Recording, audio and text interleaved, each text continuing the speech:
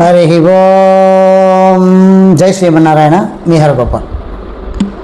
అహల్య వృత్తాంతంలో కామదృష్టితో వచ్చినటువంటి దేవేంద్రునికి గౌతమ మహర్షి శాపం ఇవ్వడం, దేవేంద్రుడు తిరుగుముఖం పట్టడం జరిగింది. ఇక అహల్యకు కూడా శాపం ఇవ్వడం జరిగింది. ఎందుకు శాపం ఇవ్వడం జరిగింది అని అంటే, ఎప్పుడైతే దేవేంద్రుడు అర్ధరాత్రిలో కోడి రూపంలో కోడి కూసినట్లు ఆశ్రమంలో ఆ యొక్క శబ్దం చేశాడో, ఆశ్రమంలో ఉన్నటువంటి మునికాంతలు, మునులు, గౌతమ మహర్షి శిష్యులు, గౌతమ మహర్షి, అహల్య అందరూ నిద్ర మేలుకోవడం జరిగింది. మరి ఈ పరివారం అంతా నిద్రలేయగానే వాళ్ళ పూజా కార్యక్రమాలకు సంబంధించినటువంటి పనులన్నీ చేసుకుంటూ ఉన్నారు. ఆ సమయంలో గౌతమ మహర్షి నదీ స్నానానికి, సంధ్యా వందనానికి వెళ్ళడం జరిగింది. వెళ్ళిన కొంత సమయానికి దేవేంద్రుడు కూడా మాయా గౌతమ మహర్షిగా రావడం చూస్తారు. ఇదంతా చూసిన తర్వాత మళ్ళా గౌతమ మహర్షి ఆ నదీ తీరంలో ఈ దేవేంద్రుని యొక్క పన్నాగం గ్రహించి దేవదృష్టితో తిరిగి రావడం జరుగుతుంది. అప్పుడు ఆశ్రమవాసులంతా, అరే గౌతమ మహర్షి వెళ్ళాడు, మళ్ళా వచ్చాడు, ఇప్పుడు ఈ గౌతమ మహర్షి ఎవరు అనే అందరికీ అనుమానం జరుగుతుంది.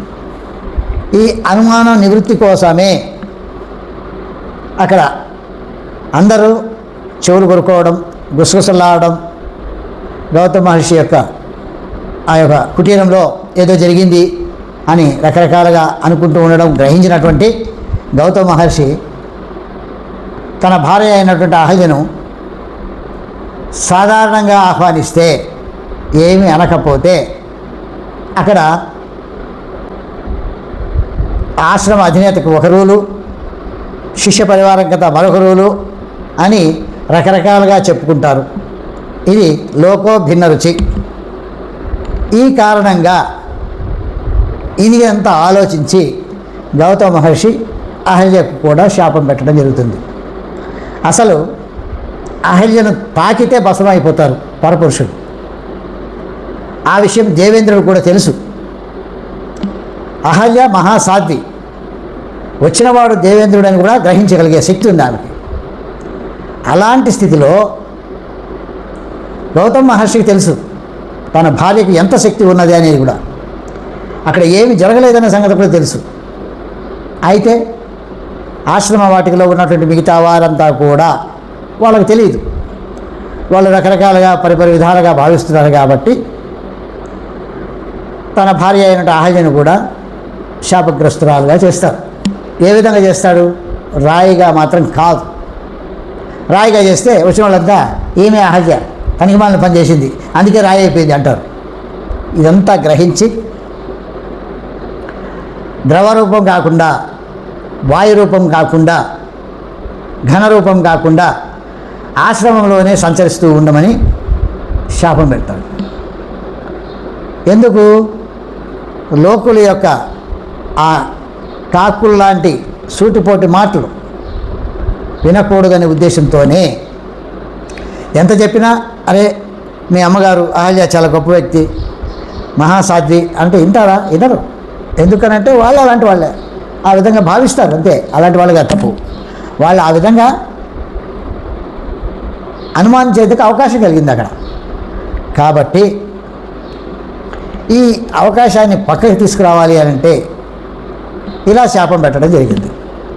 ఆ శాపానికి అహల్య కూడా ఒక రకంగా తల వంచుకుంటుంది. ఎందుకు అని అంటే, నిజమే ఆశ్రమంలో కలుషితం కాకూడదు, ఆశ్రమ వాతావరణం కలుషితం కాకూడదని. ఆ విషయంలో గౌతమ మహర్షి, నీవు నాకు మాత్రమే కనిపిస్తావు, ఇంకెవరికి కనపడవు, అలా ద్రవరూపం కాకుండా, వాయురూపం కాకుండా, ఘనరూపం కాకుండా ఇక్కడే సంచరిస్తూ ఉంటావు అని చెప్పడం జరిగింది. అయితే గౌతమ మహర్షికి అహల్యకు 4 కుమారులు.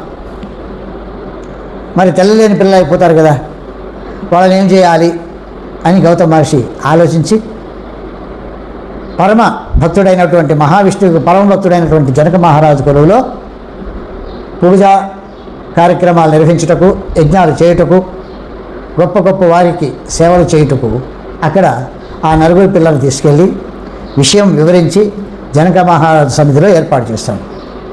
ఇలా అహల్యని అనవసరంగా మనము క్షణిక ఆవేశము, దేవేంద్రుడు ఇటు చేశాడు, గౌతమ మహర్షి శాపం పెట్టాడు, రాయి అయిపోయింది అని చెప్తాడు. తప్పదు. ఇది ఎలా జరిగింది అని అంటే అప్పుడు అహల్య ప్రార్థన చేసుకుంటుంది. స్వామి, నేను జీవితాంతం ఇలాగనే ఉండాలనా?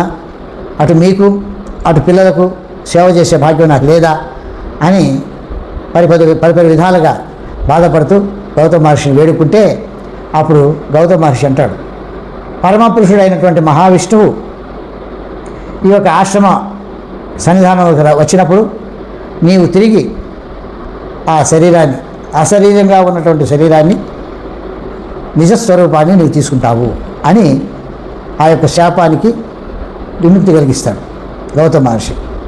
అందుకే శ్రీరామచంద్రుడు విశ్వామిత్రుడితో అనుజుడైనటువంటి ఆ యొక్క లక్ష్మణునితో వచ్చినప్పుడు ఆ యొక్క శ్రీరాముని యొక్క స్పర్శ వల్ల ఆమె తిరిగి శరీరాన్ని పొందగలుగుతుంది. అక్కడ ఆశ్రమంలో కొంతకాలం సేవలు అందుకొని శ్రీరామచంద్రుడు జనక మహారాజు కొలువుకి వెళ్తాడు. అక్కడ సీతా స్వయంవరం జరుగుతుంది. దానికి ముందుగా వీళ్ళు అక్కడ ఉంటారు.